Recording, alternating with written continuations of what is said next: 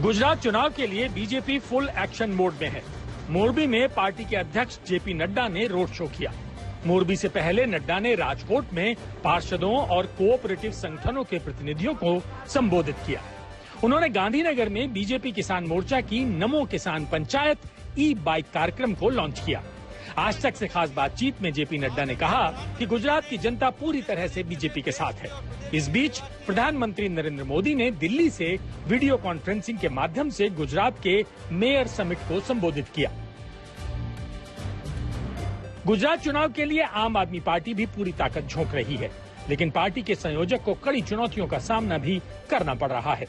इस महीने दूसरी बार गुजरात पहुंचे केजरीवाल जैसे ही वडोदरा एयरपोर्ट पर उतरे, वहां मोदी मोदी के नारे लगने शुरू हो गए। अरविंद केजरीवाल ने वडोदरा में टाउन हॉल को संबोधित किया और बीजेपी पर जमकर निशाना साधा। उन्होंने ऐलान किया कि गुजरात में आम आदमी पार्टी की सरकार बनी तो पुरानी पेंशन स्कीम बहाल की जाएगी। इस बीच रिटायर्ड आईपीएस अधिकारियों ने केजरीवाल के खिलाफ राष्ट्रपति को चिट्ठी लिखी है, जिसमें दिल्ली के सीएम पर गुजरात दौरे में पुलिस वालों से बदसलूकी का आरोप है। राहुल गांधी की भारत जोड़ो यात्रा के बीच कांग्रेस में अध्यक्ष के चुनाव को लेकर सरगर्मी तेज हो गई है। राहुल की यात्रा में शामिल केसी वेणुगोपाल को सोनिया गांधी ने दिल्ली बुलाया और सूत्रों के मुताबिक पार्टी चुनाव की तैयारियों को लेकर चर्चा की। इस बीच राजस्थान के सीएम अशोक गहलोत के कल दिल्ली आने की भी चर्चा है। माना जा रहा है कि गांधी परिवार अशोक गहलोत को अध्यक्ष पद का उम्मीदवार बना सकता है। हालांकि एक के बाद एक कई राज्यों की कांग्रेस इकाई ने राहुल गांधी के समर्थन में प्रस्ताव पास किया है। समाजवादी पार्टी के नेता आजम खान की मुश्किलें कम नहीं हो रही हैं। रामपुर में जौहर यूनिवर्सिटी के भीतर से चोरी की कई चीजें बरामद की गई हैं। 2 दिनों से लगातार चल रही कार्रवाई में पुलिस ने यूनिवर्सिटी कैंपस की जमीन के नीचे दबी वो मशीन बरामद की है जो कभी नगर निगम की हुआ करती थी। साथ ही यूनिवर्सिटी में लिफ्ट के शाफ्ट से वो किताबें बरामद हुई हैं जो नवाब के मदरसे से चोरी हुई थी। दरअसल पुलिस ने आजम खान के विधायक बेटे अब्दुल्ला आजम के 2 करीबियों को गिरफ्तार किया था। उन्हीं की निशानदेही पर हथौड़े चले और चोरी की चीजें बरामद हुई।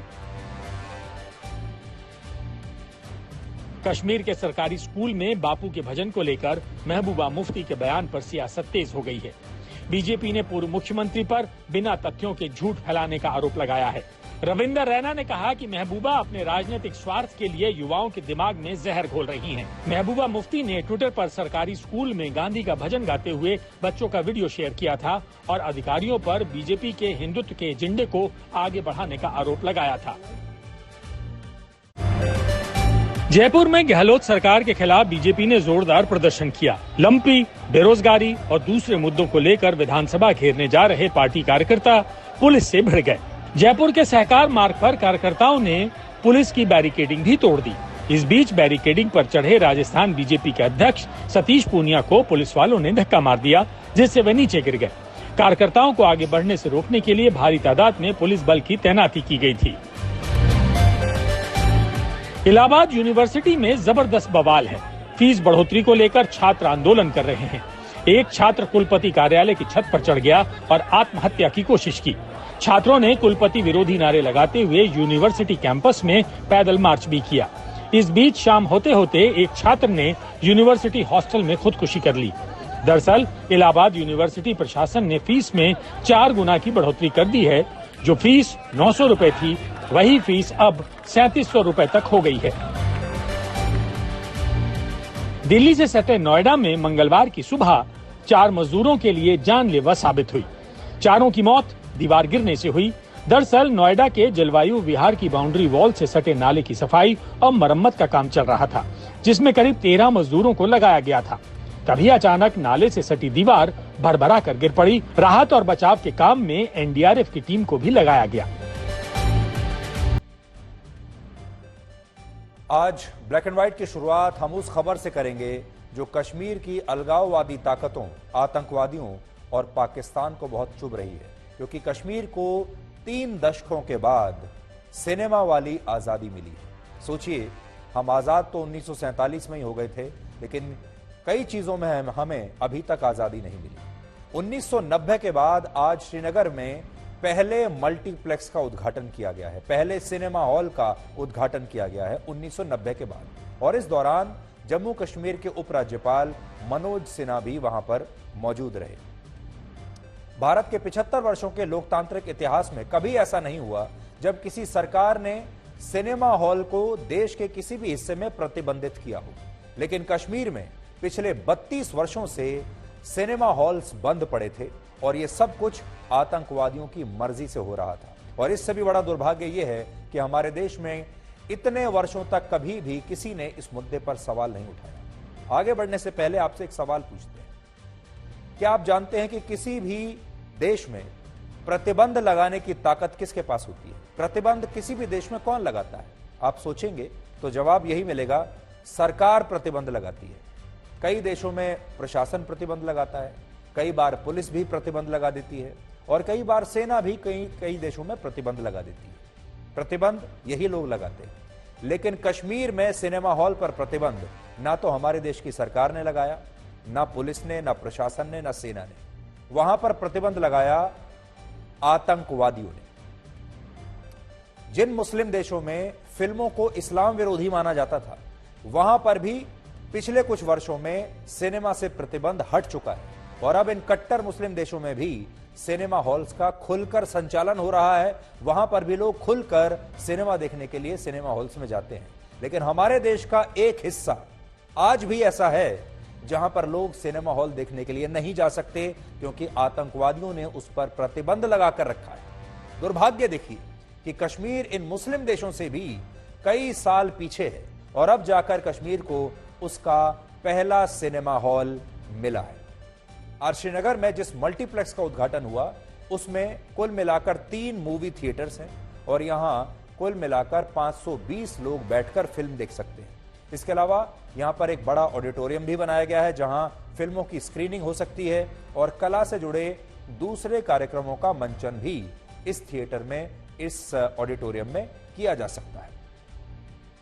श्रीनगर से पहले दक्षिण कश्मीर के पुलवामा और शोपियां में भी इसी तरह के मल्टीपर्पज सिनेमा हॉल्स का उद्घाटन किया गया था और कश्मीर में सिनेमा हॉल्स की यह वापसी लगभग 32 वर्षों के बाद हो रही है। यानी आप कह सकते हैं कि कश्मीर की एक पूरी की पूरी पीढ़ी ऐसी है जिसने अपने जीवन काल में सिनेमा हॉल्स का मुंह तक नहीं देखा। उन्हें पता ही नहीं है कि सिनेमा हॉल्स कैसे हैं और 32 वर्षों में कश्मीर में किसी ने भी थिएटर में जाकर फिल्म नहीं देखी। अगर कश्मीर का कोई व्यक्ति सिनेमा हॉल में जाकर फिल्म देखना चाहता था इन 32 वर्षों में, तो उसे श्रीनगर से लगभग 300 किलोमीटर दूर जम्मू जाना पड़ता था फिल्म देखने के लिए, क्योंकि कश्मीर में सिनेमा थिएटर्स पूरी तरह से प्रतिबंधित थे। और यह प्रतिबंध ना तो जम्मू कश्मीर की सरकार ने लगाया था, ना भारत सरकार ने लगाया था, ना प्रशासन ने लगाया था, बल्कि यह प्रतिबंध लगाया था आतंकवादियों ने और प्रतिबंध लगा था इस्लाम के कट्टरपंथी विचारों की वजह से।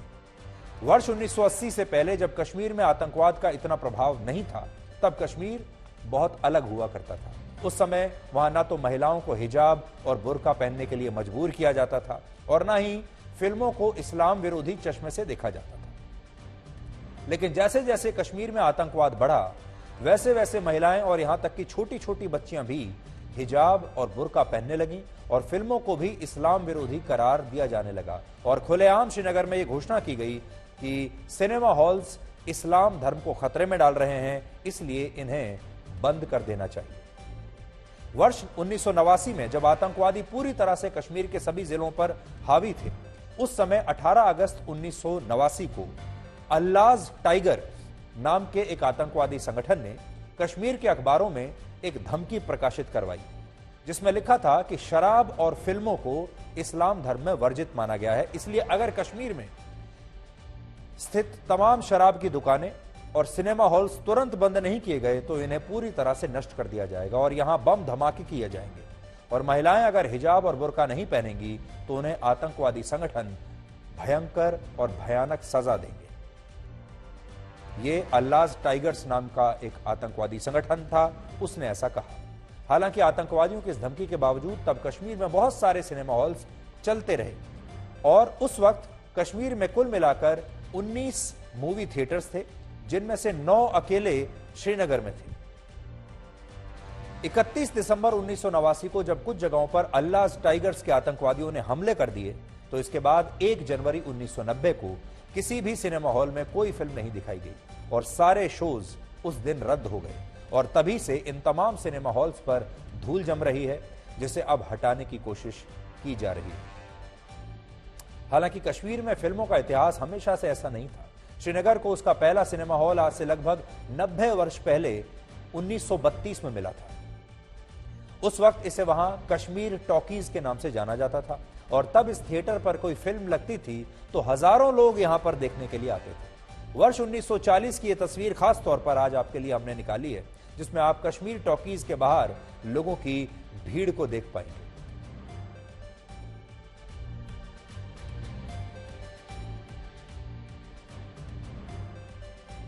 ये पुरानी तस्वीरें देखिए, कश्मीर टॉकीज की हैं। वर्ष 1947 में जब भारत आजाद हुआ, तब इस थिएटर को फारूक अब्दुल्ला के पिता शेख अब्दुल्ला ने अपनी पार्टी का दफ्तर बना लिया और 1947 में इसी थिएटर के सामने तत्कालीन प्रधानमंत्री जवाहरलाल नेहरू ने एक रैली भी की थी। अब बड़ी बात यह है कि उस समय सिनेमा हॉल से इस्लाम को कोई खतरा नहीं था। इसके अलावा उस समय कश्मीर की महिलाएं अपने सिर को तो ढकती थी, लेकिन उन्हें अपना चेहरा ढकने के लिए और बुर्का पहनने के लिए मजबूर नहीं किया जाता था और महिलाओं के फिल्म देखने पर भी तब कोई पाबंदी नहीं थी।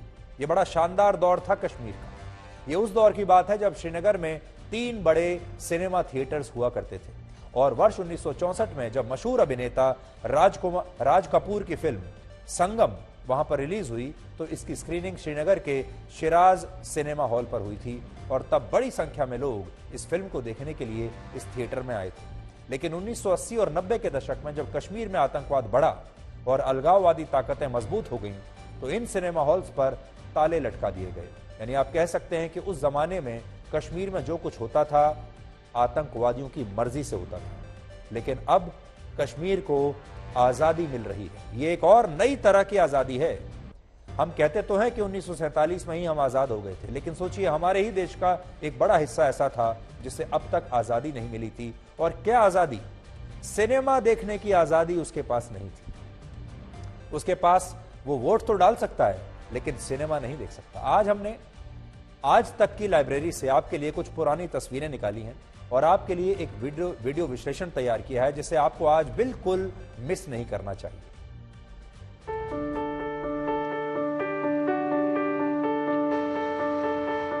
हमने देखा है 4 बार दूरी देखा है। 5,500 आना टिकट था, 5,500 आना। जो ब्लैक लेता था उसको 8 आना या 9 आना। बस बहुत काम था। यहाँ 12 बजे 1 बजे हम दुकान से जाता था, इतना भीड़ होता था।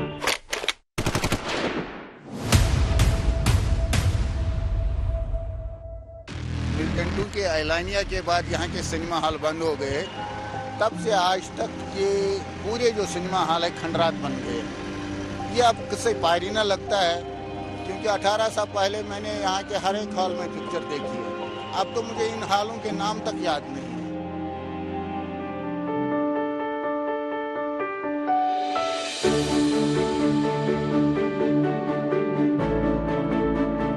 हम चाहते हैं कि ब्रॉडवे सिनेमा का जो एटमॉस्फेयर था वो दोबारा यहाँ क्रिएट हो और आम जनता जो है, खासकर यंगस्टर्स, उसी तरह से मूवी एंजॉय करें जैसे मैं जम्मू जाके या दिल्ली जाके एंजॉय करता हूँ। यहाँ जो छोटे बच्चे हैं जिनको अभी पता नहीं कि सिनेमा हॉल्स कैसे होते हैं, तो उनके लिए बहुत अच्छा रहेगा। जी सर ने जो भी डिसीजन लिया सिनेमा हॉल खोलने के लिए, वो बिल्कुल सही लिया है, क्योंकि श्रीनगर की जितनी भी जनरेशन अभी की है वो सारी डिप्रेशन का शिकार हो गई है। सिनेमा हॉल खोले गए हैं, शायद इसकी वजह से ये जो जनरेशन है ये बाहर आएगी इन चीज़ों से। फर्स्ट एक्सपीरियंस है, मैंने आज ज़िंदगी में पहली बार यहाँ पे सिनेमा मैंने देखा और मुझे बहुत ही अच्छा लगा और बहुत ही अच्छा महसूस हुआ यहाँ पे। आपने अभी देखा होगा कश्मीर के ऐसे कितने युवा हैं, कितने बच्चे हैं जिन्होंने अपने जीवन में कभी सिनेमा हॉल नहीं देखा। अपने जीवन में कभी थिएटर में जाकर कोई फिल्म नहीं देखी। और क्यों नहीं देखी? क्योंकि आतंकवादी नहीं चाहते थे कि वो सिनेमा हॉल में जाएं, आतंकवादी नहीं चाहते थे कि वो फिल्म देखें। ये गुलामी नहीं तो और क्या है। और सबसे चिंताजनक बात जो आज हम आप सबके सामने लेकर आए हैं वो ये खबर तो आपने सब जगह देख ही ली होगी कि कश्मीर में इतने वर्षों के बाद 30-32 वर्षों के बाद सिनेमा हॉल खुला है।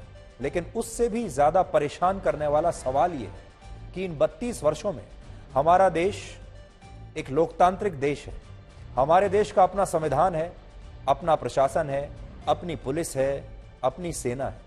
और हमारे ही देश का एक राज्य है जम्मू कश्मीर। कश्मीर में आतंकवादी 32 सालों तक ये प्रतिबंध लगाने में कामयाब रहे और हमारे देश का संविधान उस प्रतिबंध को हटा नहीं पाया। हमारी पुलिस उसे हटा नहीं पाई, हमारी सेना उसे हटा नहीं पाई, हमारा प्रशासन उसे हटा नहीं पाया, हमारी संसद उसे हटा नहीं पाई, हमारी विधानसभा जो जम्मू कश्मीर की है वो उस प्रतिबंध को नहीं हटा पाई। और आतंकवादियों ने एक बार जो लिख दिया कि सिनेमा हॉल नहीं खुलेंगे तो वो बात 32 वर्षों तक वहां पर ऐसे ही चलती रही। इससे बड़ी नाकामी किसी भी देश के लिए, किसी भी लोकतंत्र के लिए क्या हो सकती है। और आज हमारे देश में न्याय व्यवस्था है, अदालतें हैं, हमारे देश में सुप्रीम कोर्ट है। हमारा सुप्रीम कोर्ट आतंकवादियों की फांसी टालने के लिए तो आधी रात पर खुल सकता है। जितने अलगाववादी लोग हैं वो अदालतों में जाकर न जाने किस किस चीज के बारे में बात कर सकते हैं, उन चीजों पर अदालतों से रिलीफ लेकर आ सकते हैं, केस फाइल कर सकते हैं। लेकिन हमारे देश के किसी भी नागरिक ने कभी भी यह कोशिश नहीं की कि इन 32 वर्षों में इन आतंकवादियों के पास यह ताकत कहां से आई कि वो एक पूरे के पूरे राज्य में थिएटर्स को बंद करवा सके। कश्मीर में आ रहे इस बदलाव से सबसे ज्यादा तकलीफ आतंकवादियों को हो रही है और कुछ आतंकवादी संगठनों ने एक बार फिर से यह धमकी दी है कि वो इन सिनेमा हॉल्स पर हमला करेंगे और इन्हें फिर से बंद कर देंगे। इसे लेकर एक चिट्ठी भी उन्होंने जारी की है। यह सच है कि जब जब कश्मीर में सिनेमा हॉल्स को शुरू करने की कोशिश हुई है तब तब आतंकवादियों ने इससे इस्लाम धर्म को खतरे में बताया और आतंकवादियों ने सिनेमा हॉल्स को निशाना बनाने की हर बार कोशिश की है। वर्ष 1999 में जब श्रीनगर के 2 मूवी थिएटर्स में फिल्में दिखानी शुरू की गईं, तब आतंकवादियों ने श्रीनगर के रीगल सिनेमा पर ग्रेनेड से हमला किया और इस हमले में एक व्यक्ति की तब मौत भी हो गई थी। अब आप सोचिए, अपनी जान खतरे में डालकर कौन सिनेमा देखने के लिए जाएगा। इस हमले के बाद कश्मीर में फिर किसी भी सरकार ने सिनेमा हॉल्स खोलने की जुर्रत नहीं की, जिसकी वजह से आज बहुत सारे थिएटर्स का इस्तेमाल दूसरी वजहों के लिए हो रहा है। जैसे श्रीनगर के कश्मीर टॉकीज, जिसका नाम बाद में पैलेडियम सिनेमा कर दिया गया था, अब उसका इस्तेमाल सीआरपीएफ करती है। यहां सीआरपीएफ ने अपनी एक पोस्ट बना ली है। श्रीनगर के खयाम सिनेमा हॉल की बिल्डिंग का इस्तेमाल अब एक मेडिकल इंस्टीट्यूट के लिए होता है। आज यहां हम आपसे एक और बात कहना चाहते हैं और वो ये कि कश्मीर आज उन कट्टर मुस्लिम देशों से भी पीछे है जहां एक जमाने में फिल्में देखना अपराध माना जाता था, इसे इस्लाम के खिलाफ माना जाता था। और उन कट्टर इस्लामिक देशों में सऊदी अरब भी शामिल है। सऊदी अरब में सिनेमा हॉल्स पर जो प्रतिबंध 1980 के दशक में लगाया गया उसे वर्ष 2017 में ही हटा लिया गया था और 2018 में यानी आज से 4 साल पहले सऊदी अरब को उसका पहला सिनेमा हॉल मिल गया। यानी इस हिसाब से कश्मीर आज भी सऊदी अरब से 4 साल पीछे चल रहा है और इससे दुर्भाग्यपूर्ण बात हमारे लिए और क्या हो सकती है। सऊदी अरब में आप फिल्म देख सकते हैं लेकिन कश्मीर में नहीं देख सकते। रियाद में जाकर आप फिल्म देख सकते हैं लेकिन श्रीनगर में नहीं देख सकते। एक और बात, जिस दौर में कश्मीर में सिनेमा हॉल्स बंद कराए गए वो दौर शोले जैसी सुपरहिट फिल्मों का था और उस समय श्रीनगर के ज्यादातर सिनेमा हॉल्स में शोले फिल्म ही सुबह से शाम तक चलती रहती थी। उस जमाने की सबसे बड़ी फिल्म थी। लेकिन आज जब कश्मीर में सिनेमा हॉल्स की वापसी हुई तब शोले का जमाना नहीं रहा। अब वहां पर जो पहली फिल्म दिखाई गई वो है लाल सिंह चड्ढा। शोले जो है उस जमाने की सुपरहिट फिल्म थी और लाल सिंह चड्ढा इस जमाने की सबसे बड़ी फ्लॉप फिल्मों में से एक है। और श्रीनगर के इस मल्टीप्लेक्स में आज इसी फिल्म को दिखाया जा रहा है। यानी कश्मीर में सिनेमा की वापसी तब हुई जब लोग थिएटर्स जाने से अब कतराने लगे। बड़ी बात अगर आपने देखा होगा तो भारत भर में अगर आप देखेंगे तो अब लोग थिएटर्स कम जाते हैं। फिल्में एक के बाद एक फ्लॉप हो रही हैं। लोग जो थिएटर वाले हैं अब थिएटर बंद करने के बारे में सोच रहे हैं और अब कश्मीर में हम थिएटर शुरू कर रहे हैं। बड़ी बात यह है कि शोले जैसी फिल्मों के दौर में उस जमाने में टिकट्स जो हैं वो ब्लैक में खरीदनी पड़ती थी और आज जब आप फिल्में देखने के लिए सिनेमा हॉल जाते हैं तो थिएटर्स खाली पड़े होते हैं। हालांकि यहां आज आपको एक और बात समझनी चाहिए कि आज कश्मीर में सिनेमा हॉल्स तो खुल गए, लेकिन हिजाब और बुर्के को लेकर जो कट्टरपंथी सोच आतंकवादियों ने कश्मीर पर थोपी थी, आज वो सोच कश्मीर से कर्नाटक और केरल तक पहुंच चुकी है। आज जब ईरान में महिलाएं हिजाब उतारकर इसका विरोध कर रही हैं, ईरान में महिलाएं अपने बाल कटवा रही हैं, हिजाब को जला रही हैं, कह रही हैं कि हम हिजाब नहीं पहनेंगे, सड़कों पर उतर रही हैं और ईरान एक कट्टरपंथी इस्लामिक देश है, तब भारत की सुप्रीम कोर्ट में इस मुद्दे पर सुनवाई चल रही है कि देश की मुस्लिम छात्राओं को स्कूल कॉलेजों में हिजाब पहनने की इजाजत मिलनी चाहिए या नहीं मिलनी चाहिए। और हमारे देश की जो छात्राएं हैं, जो मुस्लिम छात्राएं हैं, वो कह रही हैं कि हमें तो हिजाब पहनकर ही स्कूल जाना है, हिजाब पहनकर ही कॉलेज जाना है। और ईरान की महिलाएं, आप देख लीजिए अपनी स्क्रीन पर, वो हिजाब को जला रही हैं, वो अपने बाल कटवा रही हैं, वो कह रही हैं कि हमें हिजाब नहीं चाहिए। अब आप अंदाजा लगा लीजिए कि भारत देश जो है वो किस दिशा में आज जा रहा है। आज सुप्रीम कोर्ट में सुनवाई के दौरान हिजाब के पक्षकारों ने एक दलील दी है और आप भी सुनिए, आप हैरान हो जाएंगे। उस दलील में उन्होंने कहा है कि हिजाब असल में मुस्लिम महिलाओं की गरिमा और उनकी मर्यादा से जुड़ा हुआ है और जब मुस्लिम छात्राएं और महिलाएं हिजाब पहनती हैं तो इस दौरान वो खुद की गरिमा और मर्यादा का पालन कर रही होती हैं। और ये ठीक वैसा ही है जैसे हिंदू धर्म में महिलाएं साड़ी से अपना सिर ढकती हैं और उसमें कहा गया है कि यह महिलाओं की मर्यादा से जुड़ा हुआ है। यानी एक तरीके से सुप्रीम कोर्ट में आज जो लोग कह रहे हैं वो ये कि हमारे देश में जितनी ऐसी महिलाएं हैं जो अपना सिर नहीं ढकती, चाहे वो हिंदू हो या मुसलमान हो, ऐसी महिलाएं जो साड़ी से अपना सिर नहीं ढक रही हैं और ऐसी महिलाएं जो हिजाब से अपना सिर नहीं ढक रही हैं, वो अमर्यादित हैं, वो मर्यादा के बाहर हैं। क्या सुप्रीम कोर्ट में यह बताने की कोशिश हो रही है? आज हमारा बड़ा सवाल यहां पर यह है कि क्या आपने कभी ऐसा सुना है कि भारत की किसी हिंदू छात्रा ने यह मांग की हो कि उसे साड़ी पहनकर और सिर ढककर ही स्कूल में जाना है, साड़ी पहनकर सिर ढककर ही उसे स्कूल में अपनी परीक्षा देनी है और उसे इसकी इजाजत मिलनी चाहिए? और क्या कभी आपने ऐसे किसी मुद्दे को लेकर भारत में कहीं विरोध प्रदर्शन होते हुए देखे हैं? हकीकत यह है कि भारत की किसी भी हिंदू महिला ने कभी शायद ऐसी कोई मांग नहीं की, क्योंकि हिंदू धर्म में यह विशेष पहनावे से जुड़ा है, ना कि धर्म से। और हिंदू धर्म में महिलाएं अपनों से बड़ों का आदर करती हैं, उनकी परंपराएं हो सकते हैं मुसलमानों से अलग रहती हों, लेकिन आपने कभी भी किसी भी दौर में इसे लेकर कोई पब्लिक प्रोटेस्ट होते हुए नहीं देखा होगा। और फर्क यह है कि इस्लाम में बुर्के को धर्म से जोड़कर देखा जाता है। हमारे देश में हिजाब को लेकर कई तरह की बातें कही जाती हैं। जैसे कोई कहता है इस्लाम धर्म में हिजाब अनिवार्य है, कोई कहता है कि ये मॉडेस्टी यानी लाज का विषय है, कोई कहता है कि ये मर्यादा का विषय है। लेकिन इस धुंध के बीच हिजाब को लेकर सच क्या है वो कोई बताता नहीं। लेकिन आज हम इस सवाल का भी जवाब आपके लिए लाए हैं। दरअसल इस्लाम धर्म की उत्पत्ति सऊदी अरब के मक्का में हुई, जो अरब के क्षेत्र में आता है। और अरब क्षेत्र का मतलब उस इलाके से है जहां दूर दूर तक रेगिस्तानी इलाके हैं और यहां भारत जैसे देशों की तरह खेती बाड़ी नहीं होती, कृषि नहीं होती, पेड़ पौधे भी नहीं होते। अब जिस क्षेत्र की जैसी भौगोलिक परिस्थितियां होती हैं, जैसा मौसम होता है, वहां वैसा ही लोगों का पहनावा भी होता है। जैसे रेगिस्तान है तो वहां धूल बहुत उड़ती है और इसलिए लोग अपना चेहरा ढकते हैं, अपना सिर ढकते हैं। और खेती नहीं हो सकती, इसलिए वहां पर लोग सब्जियों की बजाय, वेजिटेरियन खाने की बजाय मांसाहारी आपको ज्यादा मिलेंगे। यानी चेहरा ढकना और मांसाहार होना ये अरब के लोगों को वहां की भौगोलिक परिस्थितियों से मिला है। और जब वहां इस्लाम धर्म की उत्पत्ति हुई तो लोगों ने इसे इस्लाम धर्म का हिस्सा मान लिया, जबकि यह सब तो इस्लाम से पहले से हो रहा था। उदाहरण के लिए अरब देशों में पुरुषों द्वारा भी एक ऐसा ही गाउन पहना जाता है जैसा आपने देखा होगा महिलाएं जैसा हिजाब के रूप में पहनती हैं। पुरुष वहां क्या पहनते हैं? उन्हें सिर पर एक कपड़ा वो बांध कर रखते हैं, जबकि शरीर पर गर्दन से लेकर पैर तक एक पूरा के पूरा उनका एक गाउन जैसा या आप एक कुर्ता जैसा एक पोशाक समझ लीजिए वो पहनते हैं।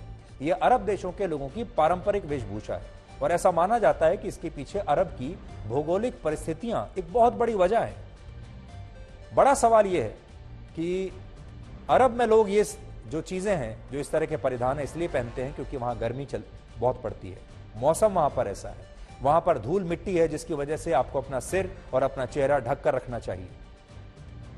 अब बड़ा सवाल यह है कि कर्नाटक की मुस्लिम छात्राएं आखिर स्कूल कॉलेजों में हिजाब पहनने की जिद पर क्यों अड़ी हैं? आज इस पर सुप्रीम कोर्ट में कर्नाटक की सरकार ने यह बताया है कि मुस्लिम छात्राएं जो हिजाब की मांग कर रही हैं, वो छात्राएं असल में पीएफआई नाम के एक इस्लामिक संगठन से प्रभावित हैं। पीएफआई आपको याद होगा वही संगठन है जिस पर 2020 में दिल्ली में दंगे कराने और शाहीन बाग के आंदोलन को फंडिंग करने के आरोप लग चुके हैं। कर्नाटक सरकार का कहना है कि वर्ष 2021 से पहले राज्य के स्कूलों में हिजाब की मांग को लेकर कभी कोई विवाद नहीं था, लेकिन इसके बाद इस इस्लामिक संगठन ने एक पूरा की पूरा आंदोलन रातों रात खड़ा कर दिया और मुस्लिम छात्राओं को प्रभावित करके उन्हें सुप्रीम कोर्ट में इस मुद्दे पर मुकदमा लड़ने की सलाह दी। और आज देखिए कि यह मामला सुप्रीम कोर्ट में है। इस संगठन की ताकत को आप इन तस्वीरों से आज समझ सकते हैं।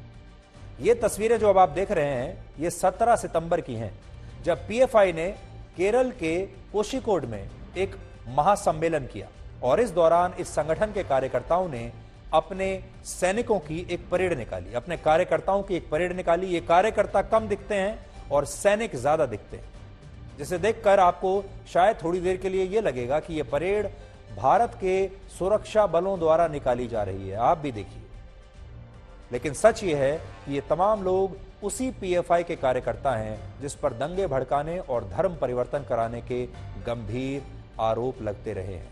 खतरनाक बात यह है कि इस संगठन के पास आज भारत में ऐसे 4 लाख ट्रेंड लोगों की अपनी एक फौज है।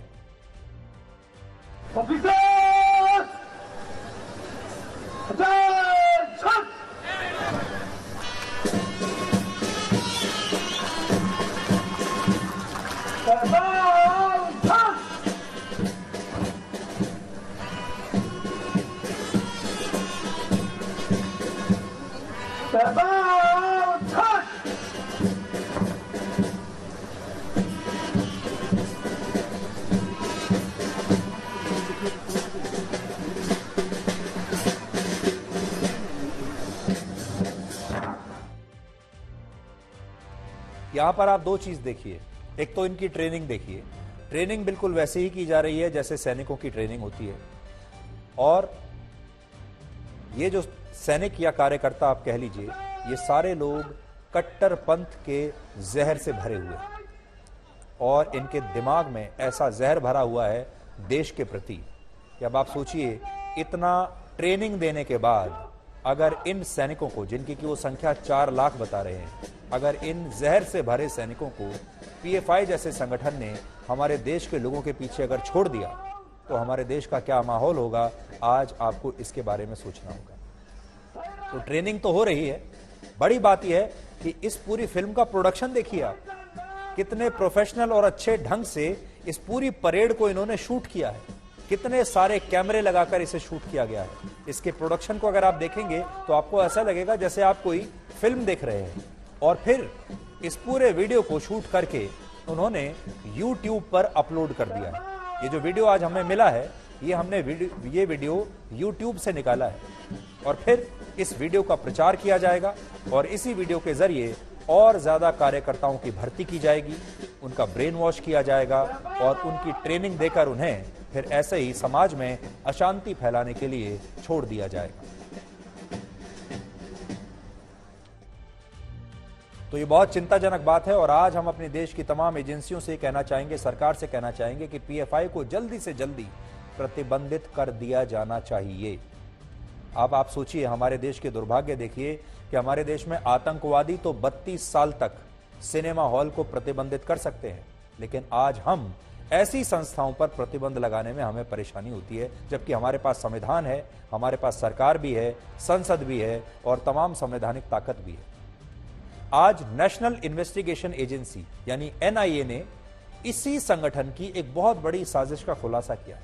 एनआईए ने पिछले दिनों हैदराबाद से पीएफआई के 4 सदस्यों को गिरफ्तार किया था और अब यह पता चला है कि ये 4 सदस्य हैदराबाद में मुस्लिम युवाओं को मार्शल आर्ट्स की ट्रेनिंग देने के लिए अपने पास बुलाते थे। जब इन्हें गिरफ्तार किया गया तो इन्होंने बताया कि हम तो मार्शल आर्ट्स की ट्रेनिंग देते हैं, लेकिन अब आरोप यह है कि ये लोग मार्शल आर्ट्स की जगह लोगों को यह सिखाते थे कि कैसे लोगों का सिर तन से जुदा किया जाता है। ये ट्रेनिंग मार्शल आर्ट्स की नहीं देते थे, ये अपने कार्यकर्ताओं को सिर तन से जुदा करने की ट्रेनिंग दिया करते थे। और एनआईए ने ये सारी बातों का जिक्र अपनी रिमांड की अर्जी में किया है, जो इन आरोपियों के लिए अदालत में दाखिल हुई है। ये हम नहीं कह रहे, ये एनआईए कह रहा है कि ये जो लोग हैं किसी भी रूप में समाज में आजकल ये फैले हुए हैं। जिन 4 लोगों को गिरफ्तार किया वो ये कहते थे कि हम तो मार्शल आर्ट्स के ट्रेनर हैं, लेकिन ये मार्शल आर्ट्स की जगह पीएफआई के बाकी कार्यकर्ताओं को तैयार कर रहे थे और उन्हें बताते थे कि सिर तन से जुदा कैसे होता है। अब आप ये देखिए कि इस पूरे मुद्दे पर लोगों को कैसे भ्रमित किया जाता है। कर्नाटक की जेडीएस पार्टी के प्रदेश अध्यक्ष सीएम इब्राहिम ने कहा है कि पूर्व प्रधानमंत्री इंदिरा गांधी भी सिर ढकती थी और मौजूदा राष्ट्रपति द्रौपदी मुर्मू भी सिर ढकती हैं और यह भारतीय संस्कृति का हिस्सा है। इसलिए घूंघट को पीएफआई की साजिश नहीं बताया जा सकता और वो इसीलिए बाकी सब चीजों को भी जस्टिफाई कर रहे हैं। देखिए वो क्या कह रहे हैं, वो सुनिए। इंदिरा गांधी के सर पे पल्लो है, प्रेसिडेंट ऑफ इंडिया के सर पे पल्लो है, वो जो घूंघट उनके सर पे है वो भी क्या पीएफआई की साजिश है क्या? कुछ ना कुछ बोलते हैं आप। भाई भारत की संस्कृति है, सर पे पल्लो डालना, दुपट्टा डालना भारत की संस्कृति है, भारत का इतिहास है। कित्तूर चन्नम्मा के सर पे था, उसको तुम हिजाब बोलो पल्लो बोलो एक ही है। कोई इंग्लिश हिंदी में पानी बोल रहा है, इंग्लिश में वाटर बोल रहा, वाटर बोले तो वो अंग्रेज नहीं हुआ, पानी पानी है। नाम बदलता है भाषा के हिसाब से, तो उसको जात का नाम क्यों दे रहे हैं आप? तो आप सबके लिए सोचने वाली बात यह है कि आप बार बार सुनते होंगे हमारे देश में कि हमारे यहाँ लोकतंत्र खतरे में आ गया है, संविधान हमारे यहाँ खतरे में आ गया है, हमारे यहाँ अभिव्यक्ति की आज़ादी अब कम होती जा रही है।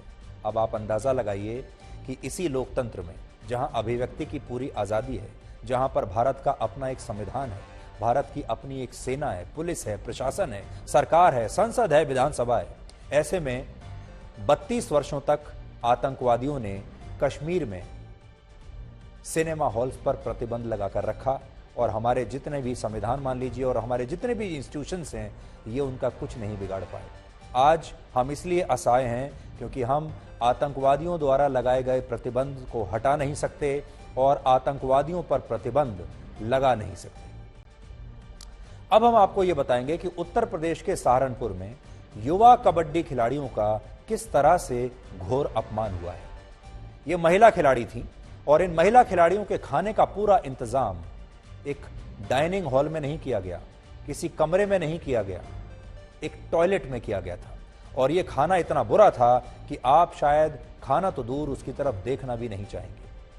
सहारनपुर की यह खबर है, जहां 16 सितंबर से 18 सितंबर के बीच महिला कबड्डी की एक सब जूनियर प्रतियोगिता का आयोजन किया गया था और यह एक राज्य स्तर की बड़ी प्रतियोगिता थी जिसमें महिला कबड्डी की कुल 18 टीमों ने हिस्सा लिया और कुल मिलाकर 300 महिला खिलाड़ी अपने कोच और स्टाफ के साथ इस प्रतियोगिता में शामिल होने के लिए सहारनपुर के इस स्टेडियम में आई थी।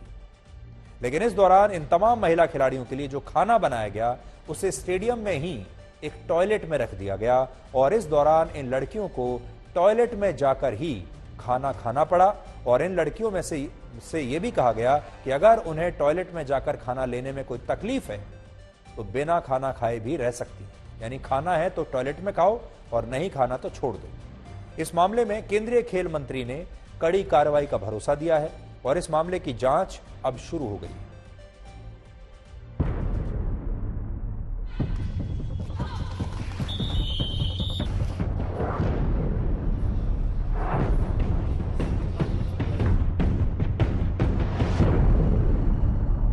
वो तो अंदर था, जैसे अटैच नहीं हो जाते क्या, स्टोर रूम और टॉयलेट उस टाइप में था। टॉयलेट में रखा था जी, वहाँ पे चावल थे जी, हम लाइन में लग रहे थे जी हम जी।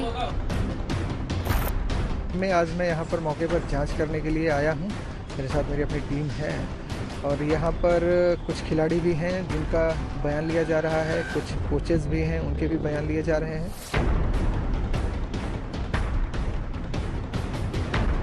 जो क्रीड़ा ऑफिसर हैं अनिमेश सक्सेना, इनको सस्पेंड किया है।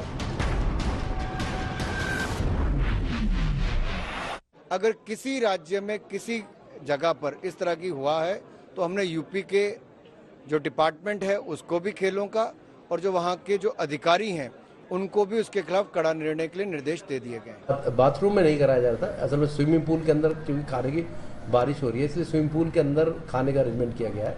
और जो उनका खाना है, जो स्विमिंग पूल का जो चेंजिंग रूम होता है उसके अंदर उसको खाने का सामान उनको रखना, क्योंकि वही एक जगह बैठ रही है। यहाँ पर निर्माणाधीन पूरे स्टेडियम चल रहा है, कई जगह नहीं, आप खुद भी देख सकते हैं। तो वहाँ पर जाके खाने का व्यवस्था की जाएगी।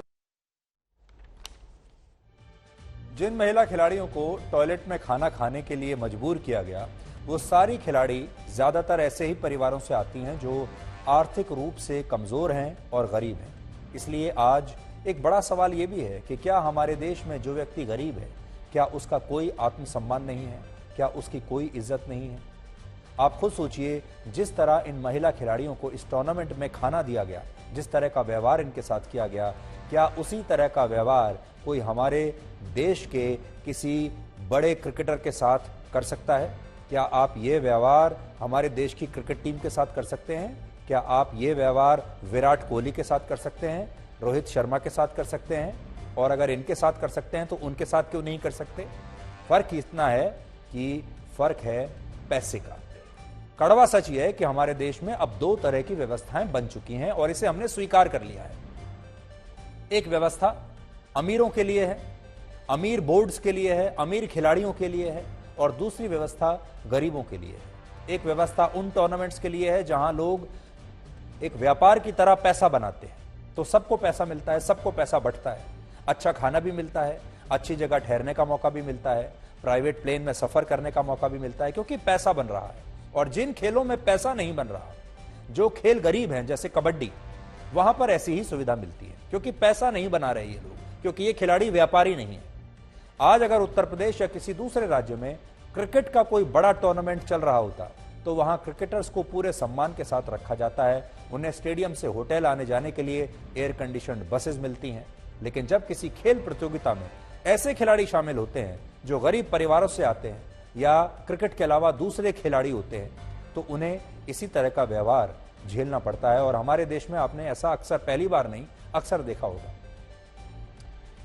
और यहां बात सिर्फ इन महिला खिलाड़ियों की नहीं है। आपको याद होगा पिछले दिनों दिल्ली के पास नोएडा और गुरुग्राम में ऐसी कई घटनाएं आई थी जहां गरीब सिक्योरिटी गार्ड से भी मारपीट की गई थी। मारपीट करने वाले तमाम लोग काफी पढ़े लिखे थे, पैसे वाले लोग थे।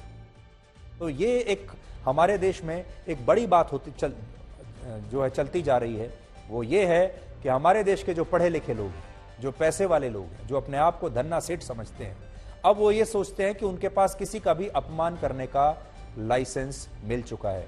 आज जो हम आपको घटना बता रहे हैं, वहां पर खेल अधिकारी भी थे, बाकी के बड़े लोग भी थे। क्या वो खेल अधिकारी महाशय जो हैं या जो बड़े अधिकारी हैं, क्या वो भी इसी टॉयलेट में बैठकर खाना खाएंगे, या उन्होंने खाया बाकी के खिलाड़ियों के साथ? जवाब है, उन्होंने नहीं खाया, सिर्फ खिलाड़ियों को वहां पर खिलाया। अब हम आपको वो खबर दिखाएंगे जो असल में हम आपको पिछले हफ्ते दिखाना चाहते थे, और आज हम आपको मोटरसाइकिल के उस सफर पर लेकर चलेंगे जिसमें 137 साल में हम सड़क पर चलने वाली पहली बाइक से हवा में उड़ने वाली बाइक तक आ गए हैं। मोटरसाइकिल का आविष्कार का विचार साइकिल से आया था। दुनिया की पहली बाइक जर्मनी में वर्ष 1885 में बनाई गई थी। इसे उस समय वैज्ञानिक गॉटलिब डेमलर ने और विल्हेम मेबैक ने बनाया था।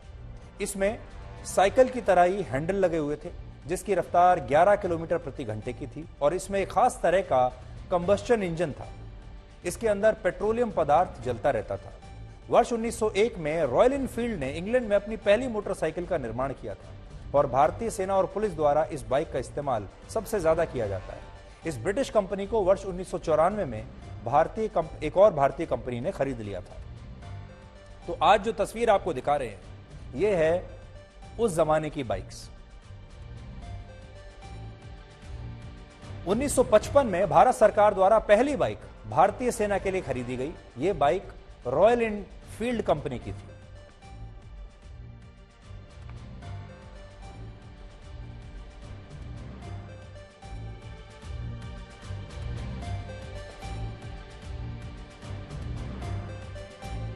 और उसके बाद जो बाइक्स का सफर है वो धीरे धीरे आगे बढ़ता चला गया। एक से एक नई टेक्नोलॉजी मोटरसाइकिल्स में, बाइक्स में आती रही और आज बाइक्स इस शेप में आपको दिखाई देंगी। देखिए, आज हम आपको उड़ने वाली एक बाइक दिखा रहे हैं।